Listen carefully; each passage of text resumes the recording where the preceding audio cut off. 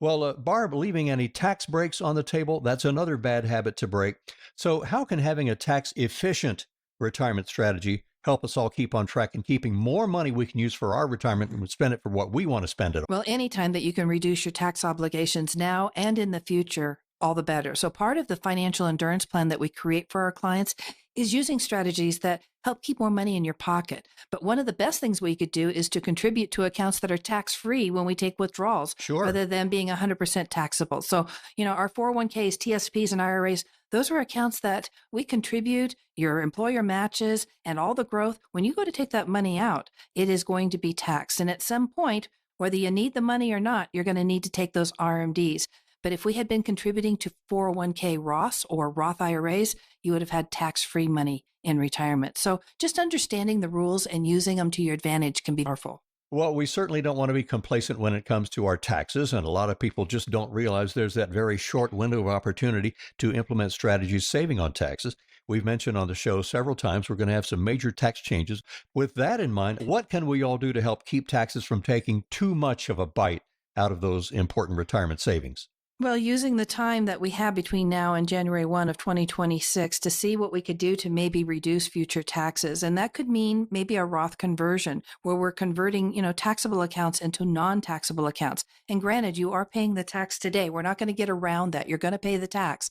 But to do so with lower taxes is better than doing it with higher taxes. But there's a lot that's involved in that, and there's a lot of planning that has to go into that. And I certainly wouldn't recommend doing it on your own. You really need someone who can guide you and stress test to make sure that you're doing it correctly and that you're not doing it too quickly. Right. We want to introduce this concept, Barb, of a lifestyle creep. A lot of us fall into that creep habit, and that's where we let our expenses and our lifestyle kind of expand. We don't really keep a close eye on that as we're earning more money over time and spending more. How do we really focus on reining those expenses back in and not have that lifestyle creep we're talking about?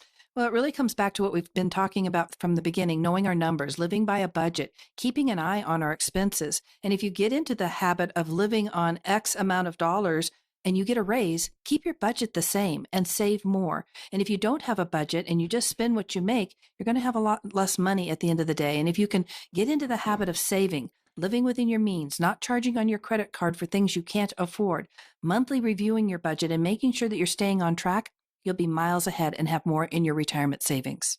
Well, the federal income tax rates we have now might be the lowest we'll see for the rest of our lives after the tax rates went down with the 2017 Tax Cuts and Jobs Act.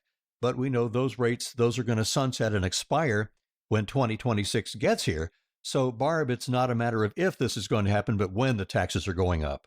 You're right. And I bet that everyone that's listening has a few areas where they can become a little more tax efficient with their retirement money. And I really want to help you understand the potential impact that taxes can have on your retirement savings and learn about ways to reduce or maybe even eliminate taxes in retirement and create an income strategy so that your retirement income will last as long as you need it to last.